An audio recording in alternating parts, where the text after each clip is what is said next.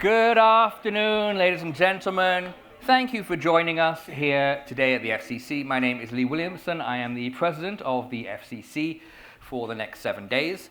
The election of a new pope gives rise to fresh discussions on the role of theology in the modern world. In increasingly secular societies, is the influence of the church declining?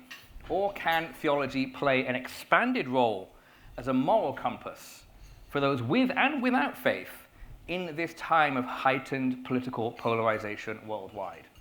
The Reverend Dr Michael Lloyd is the principal of Wycliffe Hall, a permanent private hall of the University of Oxford. He was formerly the chaplain at the Queen's College, University of Oxford, and the chaplain and director of studies in theology at Christ's College, Cambridge. He's also the author of the theological introduction Cafe Theology, as well as the co-author of Image Bearers. And he's the co-host of the brilliantly named religious podcast, God Pod, which I think is fantastic.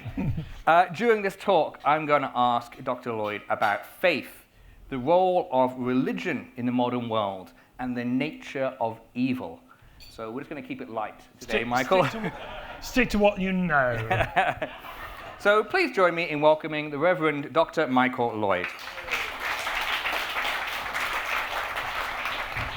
I was slightly concerned by the fact that you've only got a week left. Is that, having hosted me, you'll be drummed out of the job? Well, now the gloves are off, I can do what I want. I've only got a week left, so let's see what comes up on stage. Exactly. Your book, Michael, Cafe Theology, invites everyday people to engage with theological questions. Why do you believe that studying theology is important for everyone? Well, for a number of reasons. First of all, whether one believes or not, theology has shaped society in extraordinary ways all the way down through history. You don't understand the world if you don't understand the role that religion and theology has played in that world. So regardless of whether you sign up to it or not, whether you are for it or against it, that is the basic reality. If you don't understand the basics of theology, you don't understand what motivates people, you don't understand what drives people, and so just at that basic level, I think it's important to be aware of it. And then it is an extraordinarily persistent phenomenon. Theology, religion, spirituality, it just doesn't go away. And even when people have tried to make it go away, through the persecution and the Roman Empire and that sort of thing, it's actually tended to grow stronger. So there must be something there that's important to learn from, to deal with, to come to terms with, to work out one's own. And it makes various claims about the way the world is, and offers various groundings for value and for hope that I think are just worth taking seriously. That many people use as their compass when making big decisions, whether they be presidents or street sweepers? I think they do. It has shaped the moral conscience of our society.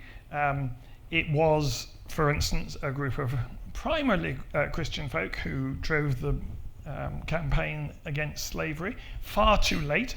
We should have been doing that 1,000 years before, but nevertheless, it did shape the conscience of those people, and they managed to shape the conscience of their contemporaries sufficiently to change an evil institution. I like that, the idea of to understand societies, to understand history, to understand humanity, you need to have an understanding of theology and the role that it has played. How do you see that role evolving, of theology, of faith, in a rapidly secularizing? Obviously, I'm sweeping, there's areas of the world where faith is increasing, but in the Western world at least, rapidly secularizing, and also an increasingly technologically driven world, how do you see the role of faith evolving, or do you see it evolving at all? Yes, no, I think I do. I think it has been secularizing in the West. I think I see signs that that's beating itself out a bit. I see there are some surveys that suggest that particularly young people, particularly Gen Z, as we have to call them, seem to be more open to spirituality in general and Christianity in particular. But also, I think there's just a sense that unless we have some grounding for the values that we have, everybody has these values to more greater or lesser degree, but unless there's some grounding for them, unless there's some underpinning for them, those values may not long survive. And I think people like Tom Holland and various others are pointing that out and showing that we're skating on fairly thin ice, and what theology offers us to do is to put thick ice underneath you at that particular point. That is, I suspect, a claim that people are going to take more seriously, look at critically, but with a degree of urgency. What does that thick ice do for us? It literally puts ground under our feet, and it makes moral demand upon us. So if you think that human beings have infinite value, are infinitely loved by the Creator, then A, you have to believe in equality, because everybody is, if they're infinitely loved, then they are equally loved. And that challenges a lot of the ways we naturally think and operate, and our society naturally fragments into groups and factions and classes and racial groupings. And it just puts moral demand upon you in wonderfully inconvenient ways. So I think it puts ground under the feet of our noblest instincts and blockages in the way of our baser instincts. That notion of loving everyone equally, that very Christian notion, J.D. Vance has issues with that, but maybe we'll come into that later. In an increasingly polarized political climate worldwide, what role can and should the church play? Like, how can faith help to heal our increasingly fractured civil society? One of the ways in which the UK is different from the US is that the political map does not map onto the church map, the religious map, in anything like the same way. So we are not yet, at any rate, anything like as polarized. I think it's really important that the church doesn't fight the culture wars. It's got to be a place where those debates can happen civilly, rationally, charitably, in a way that people actually listen to each other, because that is taking seriously the infinite value thing that I've just been talking about, in a way that the tone of polemical discussion so often doesn't. So, I mean, at Wycliffe Hall, for instance, about a few years ago, the student presidents came to me and said, I think that we live well together as a community despite our differences by not talking about those differences. And we would like to get to the point where we can live well together despite our differences, but talk about them. Can you help? And we tried to put some stuff in place. And more recently, the newest student presidents came to me and said, we want Wycliffe to be known as a place where people are honored by everyone, whether you agree with them or not. That's not the thing. You honor them as a person, as a thing of infinite value. And I think that's what the church has to do. It has to be the place where, whatever the difference is, people are listened to, attended to, heard, because I will come to a better viewpoint by listening to the viewpoints of others, not by shouting them down. So attending to, hearing them, facing differences. Yes. Is what you're saying. Because in his inaugural Mass just last week, Pope Leo called for unity within the Catholic Church, saying he wanted it to act for a force of peace for the world. And he said, quote, I would like that our first great desire to be for a united church, a sign of unity and communion, which becomes a leaven for a reconciled world. There's always going to be divergences of opinion in a church, in a society, right? That is as old as time itself. So should the church, you're saying that the church should not avoid addressing divisive issues for the idea of preserving unity. Are you saying this kind of honest conflict is necessary for true Christian unity? I think when you don't examine difficulties, they tend to fester. Right. The fresh air, if allowed in charitably is more likely to heal than ignoring, suppressing, pushing under the carpet. And within the Christian church, the thing that should be common, the thing that should hold us together is our commitment to love for, response to God in the person of Christ. If that should relativize everything else. Not that the other things we are in dispute about don't matter, but they shouldn't divide us. So we can absolutely explore them and face them and look them in the face and try and deal with them, but our common commitment to Christ should be stronger than that and strong enough to do that. So a call for unity without examining these differences is hollow and a band-aid that is only going to last so long. Yes, I'm always aware that I'm speaking to a journalist, so I get the headline of, will be, head of Wycliffe Hall slams the Pope. And I don't quite know from what he was saying there, what kind of unity he was talking Regardless about. of Pope Leo, just your personal take, yeah. But I do think that it takes time. Yes, I think you can't say, right, you absolutely should be. Maybe you haven't got the relationship of trust that you need to do it. Maybe you need to build up the relationship first. Right. That's one of the things I always say to our students as they arrive. Week one, look, you know what the difficult conversations are. You know what the things that are going to be divisive are. Do not have those conversations until Christmas. Because we start at the beginning of the year in October. So I can imagine them all phoning each other up on Boxing Day and saying, right. But the point is, build up the relationship first. Yeah. So I'm not saying absolutely you should just go hammer and tongs immediately. No, listen to each other, get to know each other, get to trust each other, get to love each other, and then you can have the kind of quality of discussion and disagreement that is not going to threaten the relationship that you've already built up. Cooling the temperature, the idea of finding that common ground, that love of Christ in the case of the Christian church, finding that common ground and cooling the temperature and having those discussions respectfully. Yes. I want to go back to something you were talking about a few minutes ago about how religion is sometimes used in politics, an area where the political conversation is not cool at the moment, the United States. Religion is used by some in the US as a political accessory.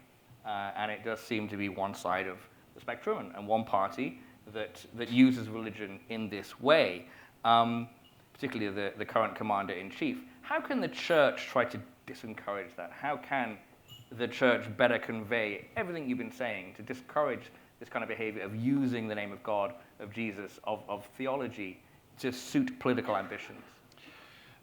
Part of it, that is, as I say, being a place and a forum and providing a space where you can have those deeper conversations, those lengthier conversations, those more difficult conversations, charitably and rationally. We want to be a place of reason, which isn't necessarily the prime hallmark of some of the public discussions that are had. So I think that's important, and I think also to show that things are not as simple necessarily as the headline shouting match suggests.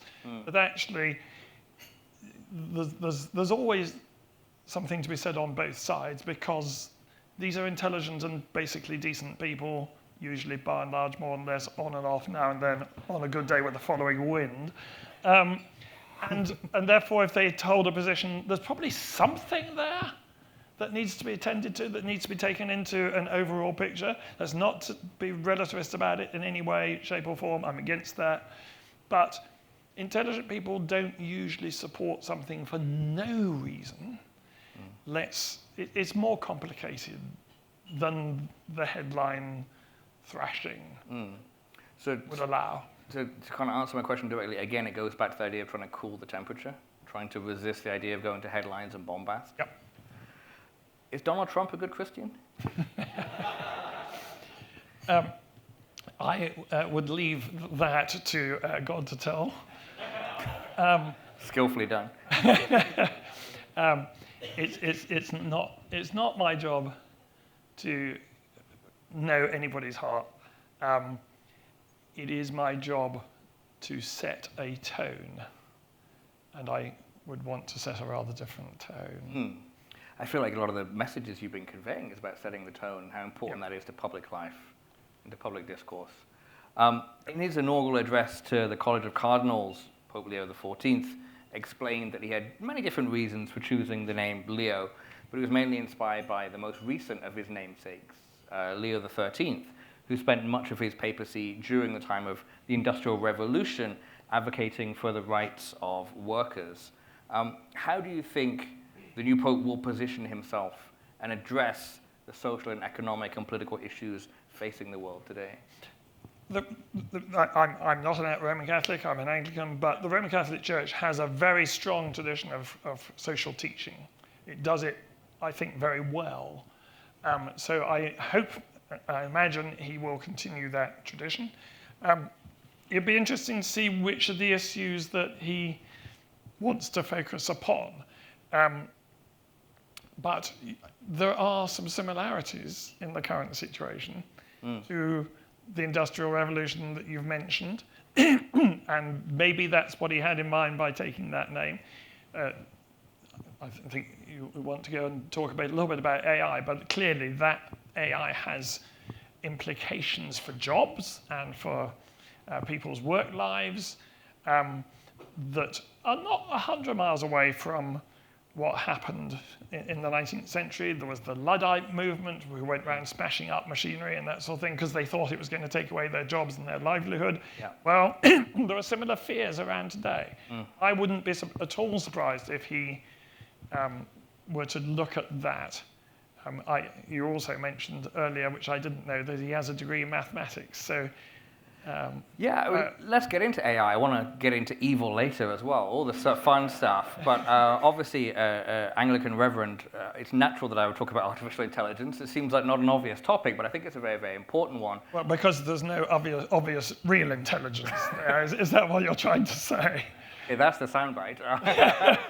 No, not at all. So, Leo's 19th century namesake, Leo XIII, pressured government to try to mitigate the damage of what was then new technology, the spinning jenny and so on. Yep. The International Monetary Fund today in 2025 estimates that AI will affect about 40% of jobs globally, complementing some and eliminating others. So we are kind of at this stage of the latest industrial revolution, right? Yes. In his inaugural address to the College of Cardinals, Pope Leo identified AI as one of the main issues facing humanity, saying it poses challenges to defending human dignity, justice, and labor. So we have a Pope who's relatively young. He has a degree in mathematics, as we were saying backstage. Yep. And he's signaled straight out of the gate that AI will be an important issue in his papacy. How can the Pope and also the more widely Christian church have a positive effect on these threats that AI poses to society? I think through what I was talking about earlier, the very high view that we have of what it is to be human. If you think that human beings are infinitely valued and loved, we don't have anything intrinsic to fear from AI. It's not going to leave us without a kind of ontological role. Right. It's not going to leave us with nothing to do, say, think, perform, achieve. All that's going to remain. The trick will be to make it a good tool rather than a bad master. And that's always true of new technology. You think of the printing press, you think of nuclear power, you think of all these things can have a really, really helpful use.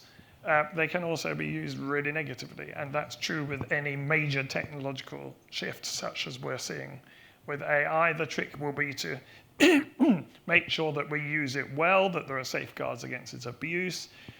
But I don't think we have anything to fear.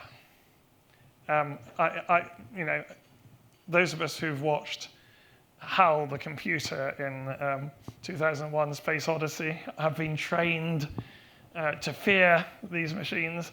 I don't think we should do, but we do have to manage them well. AI is a tool that humans use. It does not have its own intelligence yet. And so much like the spinning jenny, it is about how humans use this tool, this new technology. Do they use them to widen socioeconomic divides, or do we use it to raise the quality of life for all? Well, exactly. And as you were hinting there, I think it's very ill-named. I don't think there's any intelligence there at all. It's a very fast predictor based on what's gone before. I don't actually think it's generating a new idea. It is simply helping us to predict on the basis of what's gone on in the past. And so there are people, very serious scientific thinkers like Roger Penrose, who worked with Stephen Hawking, who says artificial intelligence is a contradiction in terms. It will never happen. It's a category mistake. There's an ongoing debate about that, whether that's right. We're certainly nowhere near it at the moment. And I rather doubt that we ever will, to be honest. The one thing that gave me pause for thought recently was somebody who's an AI expert told me that they have learnt to lie. They gave an AI machine one of those things that you have for finding out whether you're human or not, namely, how many of these pictures contain traffic lights. And capture code. Yes, and the AI machine said, I don't know, I'm visually impaired. Now that does suggest an intelligent leap. So I'm putting my conviction on temporary hold in case I'm wrong, but my basic thing is that it's not actually going to be intelligence as such.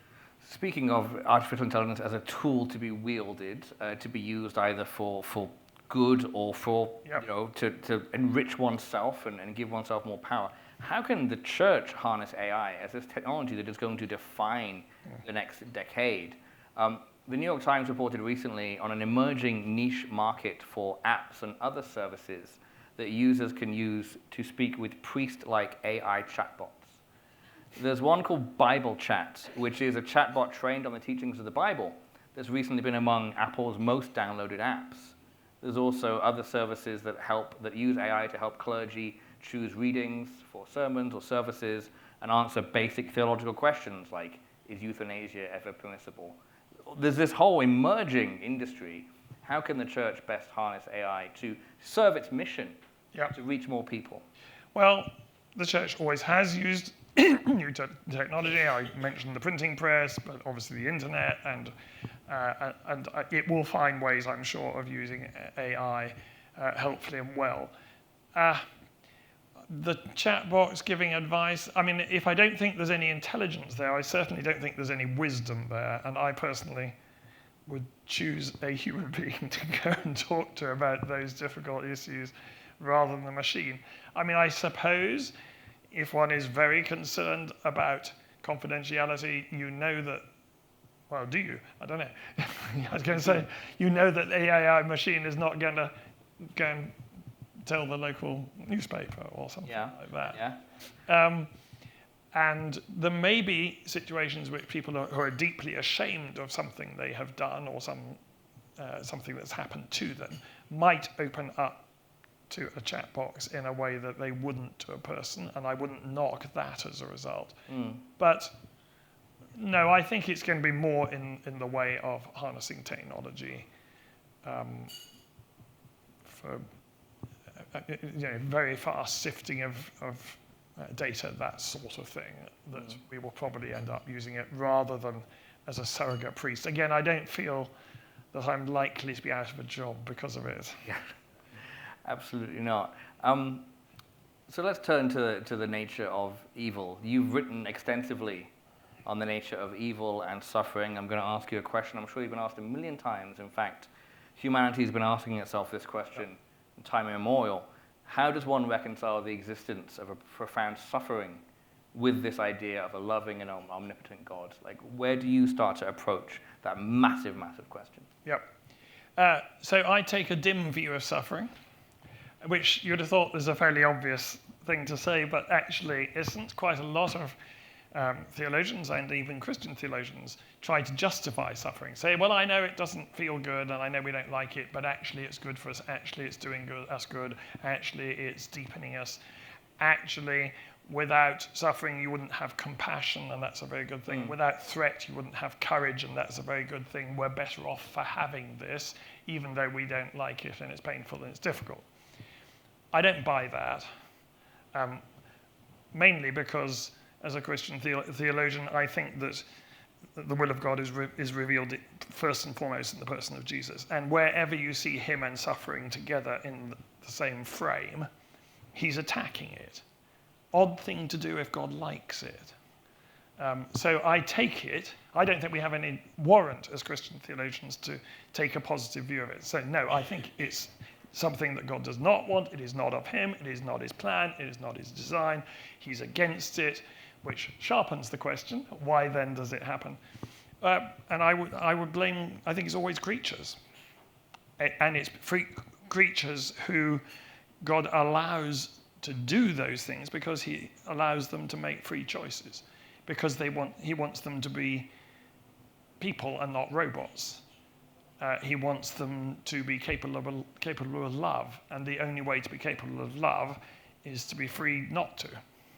Otherwise, it's meaningless. Otherwise, you're pre-programmed, and our relationships are a sham. So God allows us to do these things because he wants us to be free, because he wants us to love one another and love himself, and that has to be done freely, or it's meaningless. At what point does that have a limit? The free will argument, therefore, that evil and suffering is the cost of doing business of free will. Like, there was a Guardian headline just 2 days ago. The UN warns 14,000 babies could die in Gaza in the next 48 hours without aid. At what point, like, tremendous, inconceivable levels of suffering that happens every day around the world. At what point does the cost of business doing argument run out of steam? Or does it ever? I think the danger of it not running out of steam, no, I can't remember which way around you're putting the question, but if God were always intervening whenever we didn't bother, we wouldn't bother. He has made us his vice regents. He's made us his agents. He helps us not by being a fellow creature to us, but by being God to us. By sustaining us, by prompting us, by speaking through our conscience, through getting us to look the suffering in the face, and so that we do something about it. That, when we see headlines like that, when we see a single person suffering, that is a moral demand upon us. And I think that if God were simply to step in and say, oh, well, you didn't want to do it, so I will, we would lose all dignity as beings. The fact that our action or inaction has real consequences is part of what makes us significant beings. What we do makes a difference. Moral choice matters. It matters to that kind of extent. And we need to take that seriously as human beings.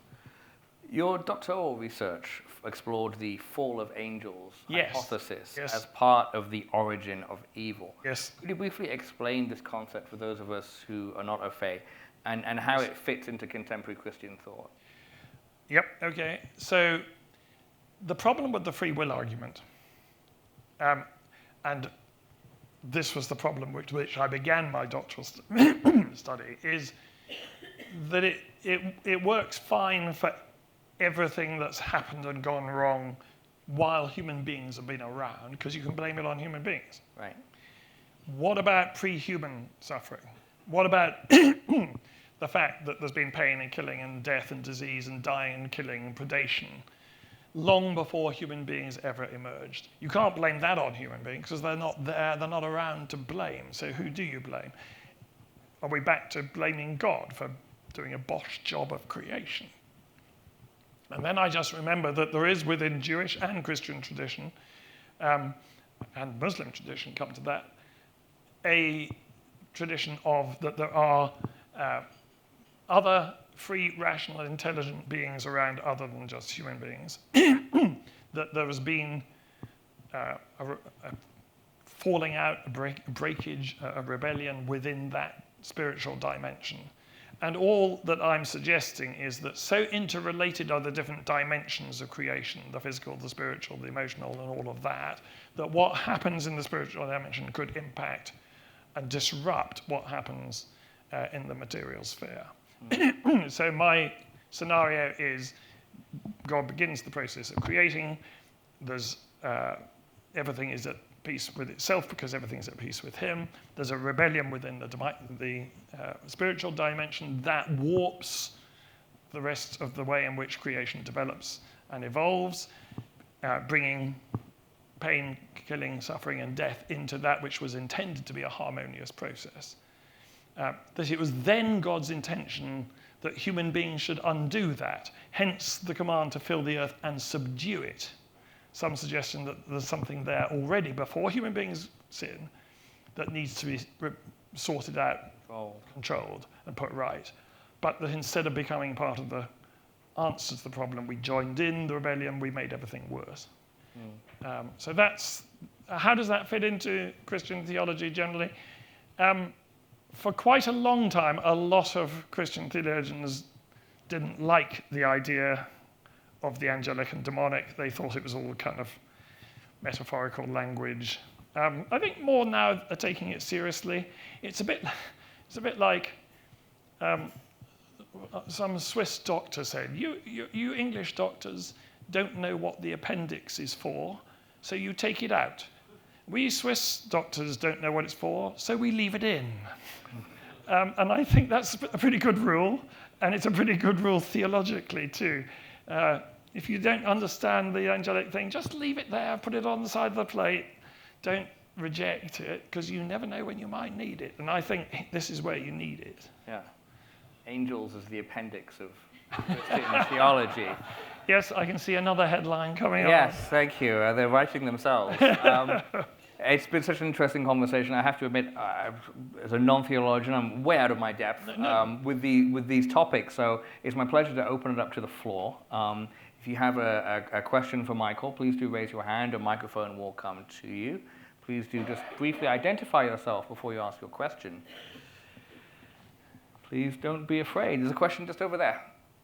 The microphone is coming to you, madam. Just over there.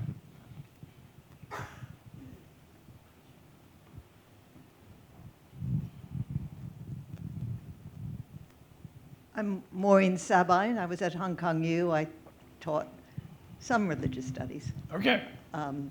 In the context of having studied the metaphysical poets to begin with. So the wonderful one George thing led Herbert. to another, you know, and Yes. Milton, Paradise Lost, and so on. Okay, yep. Okay. But it's what you said about suffering. I agree with you on the point you're making, that it's been sanctified, and I think it's been sanctified particularly for women, that they should grin and bear it. But it has always struck me that the cross is an awful symbol for Christianity. And I've always been put off by it. It's the tortured, crucified, kind of sadomasochistic image up there. It's a pity that the risen Christ wasn't the potent, pervasive symbol of Christianity, because I think things might have been a little bit more different. And with that goes the notion of transcendence. Whether that leads you to the angelic domain, I don't know. But on the other hand, it opens the possibility of being better than you think you are. Thank you. A lot Yes. to unpack there, my goodness. That's a fascinating reflection. Thank you. I kind of agree with you about the masochistic thing, and I particularly agree with you about that this is often that women at the sharp end of this, that they've been told to grin and bear it, that's kind of their role. But there is an equivalent one with men there as well, you know, the stoic, the stiff upper lip thing, the boys don't cry kind of thing. I'm actually in the end comfortable, well, not comfortable, but I think the cross is not a bad symbol, because what it is saying is God is not the sort of God who inflicts suffering upon us. He's the sort of person who suffers it with us. He's not the inflictor, he's the fellow sufferer. And actually it is by him coming into the mess that ultimately is bringing the mess into contact with God that puts it right eventually. And that's what's going on there, is that he's coming into cruelty, he's coming into death, he's coming into helplessness, and he's taking it into himself. And that's what will ultimately transform it, because putting us in touch with the infinite is what we always need. So in the end, I'm comfortable with that, but it does need to be very carefully unpacked, and not in some of the ways that it has been. I grant that. Transcendence, yes. I mean, I do think the angelic helps with transcendence. It's a way of saying the world is a whole lot more complicated than we might imagine. There's always more. Things are really much simpler than they have appeared, said no academic ever about anything, which seems to me that reductionism is a very implausible position. Things are always more complicated. Whenever you study anything, you find out that things are not quite as straightforward as they seem. So the idea that all we are is molecular combinations seems to me to be just downright implausible. And that transcendence, in any case, is an enriching thing. It says we are bigger, we are more significant, we are more loved, we live in a bigger universe. Flannery O'Connor, the Catholic writer, says the Christian novelist lives in a bigger world. And we ought to enjoy that a bit. Further questions? Yeah, that was a very fast hand, and then we'll go over there. Thank you. It's kind of hard to formulate my thoughts, but I think about this quite a lot, and reconciling free will with, I don't know what your thoughts are on predestination, and there are scriptures that point to that, and so without complicating it, what would you say in your understanding, what is the gospel? What is the good news for us people? Where does us needing Christ come into that, when we were created by a loving creator, and yet there is this rebellion, as you put it, and suffering and sin. So, no easy question.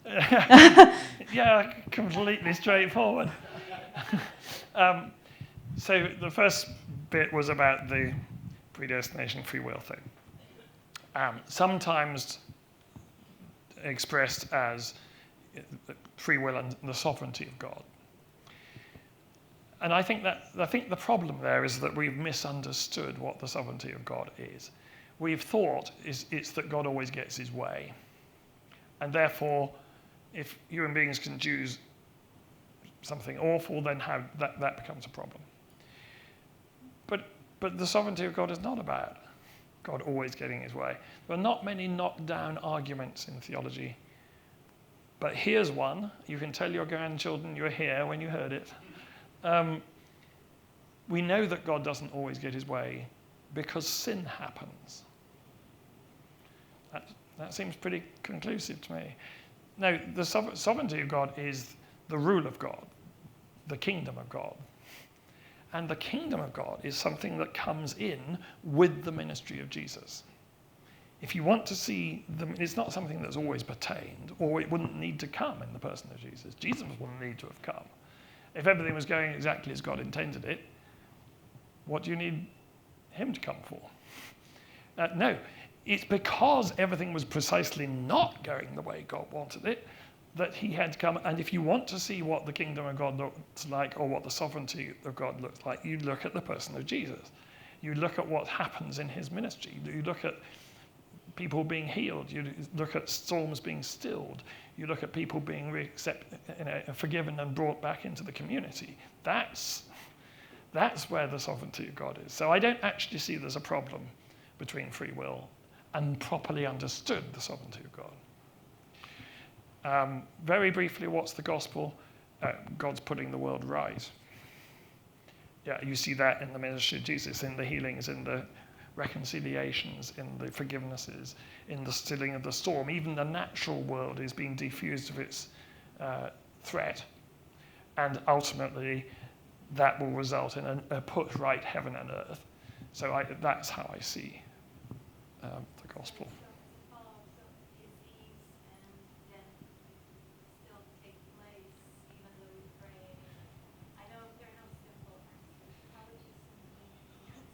Oh, I would say it's the old already and not yet. It's begun. The process has begun. It hasn't yet completed. We've just been celebrating Victory in Europe Day in the UK. Until that moment, there was a long time between D-Day, when forces landed on the Normandy beaches, and VE Day. That's the situation. That's where we are theologically, between the arrival of troops on the beach, or Jesus in Palestine, and the final putting right of all things. And why does it take that time? Because God wants us to join in voluntarily. He's not going to make us, so that takes time. We've time for one more question from the floor, I think, Elaine.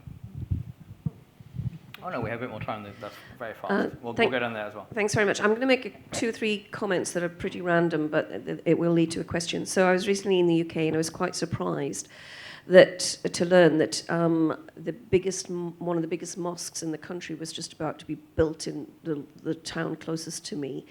Sorry, where was that? In Newcastle. Okay. Yeah. Yep. And then you hear stories about builders refusing to build mosques. And when you read in the newspapers, you never hear, a Christian man did this terrible act. It was always, it was just a man did this terrible act. But if it's a Muslim man, you hear it's a Muslim man that's done. So a huge issue, and I've just mentioned a few things. But with these tensions that are there, and you talk about having dialogue and conversation, what room is there to have dialogue right now, for example, in the UK, with a growing population of people whose lives revolve around their religion, and the traditional religion appears, at least, to be shrinking. Churches are being made into carpet factories and stuff like that. So where are we in the UK on having the conversation that might lead towards better relations in the community? Between lowering the temperature again. I can't speak for the whole country, but certainly at Wycliffe, and as part of the training for people going into ordained ministry, we would expect people to study Islam and Judaism. We would expect them, as part of that process, to visit mosques, to meet with imams and other Muslim people. There's a thing called the Centre for Muslim Christian Studies in Oxford, which we have very close links with. We are currently doing a research project. We got some funding for a research project on human origins from the kind of science theology dialogue, but having Christian, Jewish, and Muslim scholars involved in that. That is absolutely not, to try and produce some mishmash, watered-down version that's common to us all. We come as full-blooded Christian scholars, full-blooded Muslim scholars, full-blooded Jewish scholars. It's just that it's really good to understand other people. That builds up the very relationships which enables us to have those sort of discussions quite honestly and be real about our differences. But it also, we might learn something. if every human being is made in the image of God, as Jews and Christians think, I have something to learn from everybody.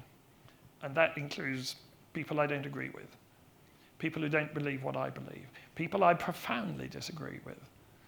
I have something to learn from them. Not uncritically, we're all messed up, so we don't give a complete picture or a pure picture of who God is, but we give a picture, and we can learn from that. Every time I meet somebody, whoever they are, every time I read a book or an article or an academic journal, I expect to learn something about God because the person who wrote it or the person in front of me is in the image of God. And that seems to me to lead to an openness, which is an important trait, and an intellectual fearlessness, which is one of the other academic virtues we try to instill in our students. So that's not a kind of national picture. I don't think I'm qualified to give that, but that's what we're trying to do in our little neck of the woods. We could all use more intellectual fearlessness. I think everyone would agree there. There's 2 questions down here. The gentleman just there with the blue shirt. You had his hand up. Before my question, Reverend Lloyd, I just want to say it's a real privilege to meet you because you've been very instrumental, your work in my life for a number of years. I was introduced to your work by my friend Rob over there, Red Cafe Theology. Why does she so dislike you? Yeah, he. Oh, he, sorry. Yeah, and now, a number of times over the years when I've been hit with the question about a loving God and human suffering, I've preempted it by saying, well, let me share what Reverend Michael Lloyd has said. So thank you. Question. You mentioned earlier, you alluded that maybe we've reached the bottom of a decline of Christianity in the West. And there are a number of reports and statistics showing movement the other direction. And now there's a number of visible people who have are starting to proclaim Christianity in a way that hasn't been really seen before. My question is, how going forward does the church avoid the temptation of grasping onto Christendom and focusing on the kingdom? Because I see that being a challenge that's on the horizon. That's a very helpful set of questions. I mean, I think the first thing is just to qualify.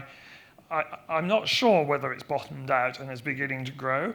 I think time will tell. There are some encouraging signs, but I do think they will only be turned from being fresh, green shoots to being a whole bush if we do church a whole lot better than we have been doing. We've got to do a much better job at that. We've got to present what we believe much more sensibly. We've got and more clearly and more reasonably. And I think we've got to just up our game all over the book, really. What I'm hoping, and this may be a rash hope, is that having been a minority for so long, we'll have got out of the ways of thinking Christendom. We'll have got out of the ways of thinking ourselves to be entitled to have power. It was never about power anyway. Actually, the incarnation is about the giving up of power. It's about the taking up of a towel and washing of feet. It's not about privilege. It's not about power. It's not about prestige. It's about service. And we've got to remember that message, even if things take an upturn, but whether they do or they don't. It's a servant mentality and a giving up of power kind of attitude and habit and instinct, I think. If we can keep the question and answer relatively brief, we've got time for one more. Just down there. Yes. My name's James. I say, why are we so lonely in this planet Earth? We have been trying to find life and intelligence outside our planet Earth, and at this moment, we found none. Is it because God feels that we are not ready? Is our current theology that we are practicing able to sustain us when the moment of ET call makes contact with us? What role would Jesus play in this case for us? Sorry, I missed that last bit. Just what role would Jesus play when we meet our ETs? If we found life elsewhere? Oh, very, very Add good. another huge topic to the Yes. Let's talk about aliens as well. Thank you, sir. Thank you. So, interestingly, it was Charlie Chaplin who, on being told that they had not discovered life on Mars, said, "I feel lonely." I'd be very surprised if they don't find life on other planets, partly from a probabilistic point of view, if it's happened once and there are billions of these stars,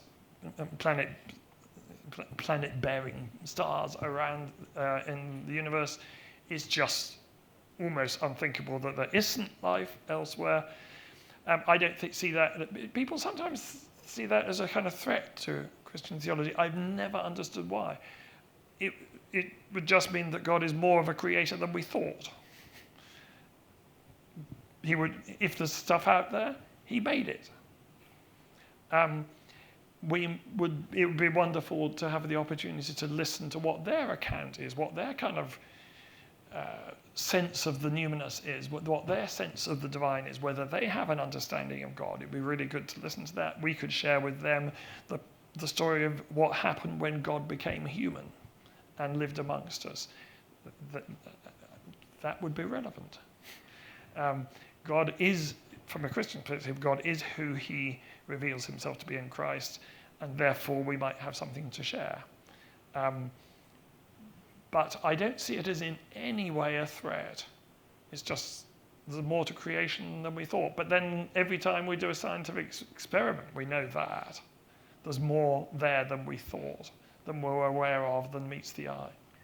We've covered a huge amount of very, very weighty and important topics over the last 45 minutes or so.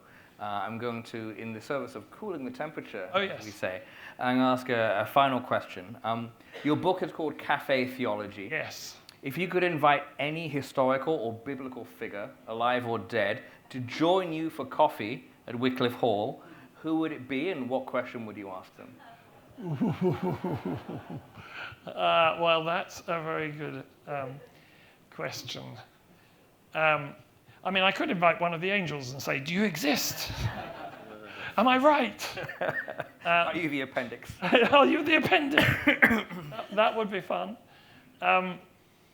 In the end, I would probably take the composer Handel, in whom I have a very amateur interest.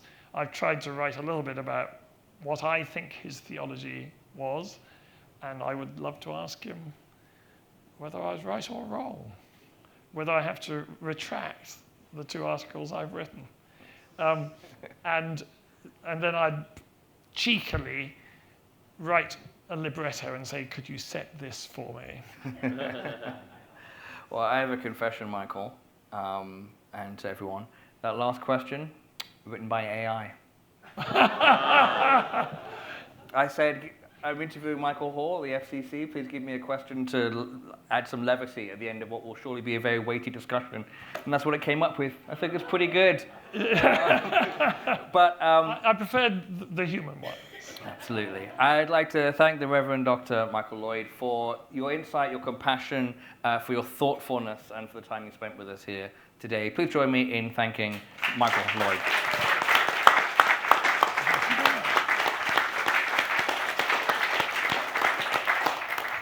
It's been really fun, thank you. And this is my first time in Hong Kong for 39 years. So I'll see you again in about 39 years. We're delighted to be at the FCC, your very first stop.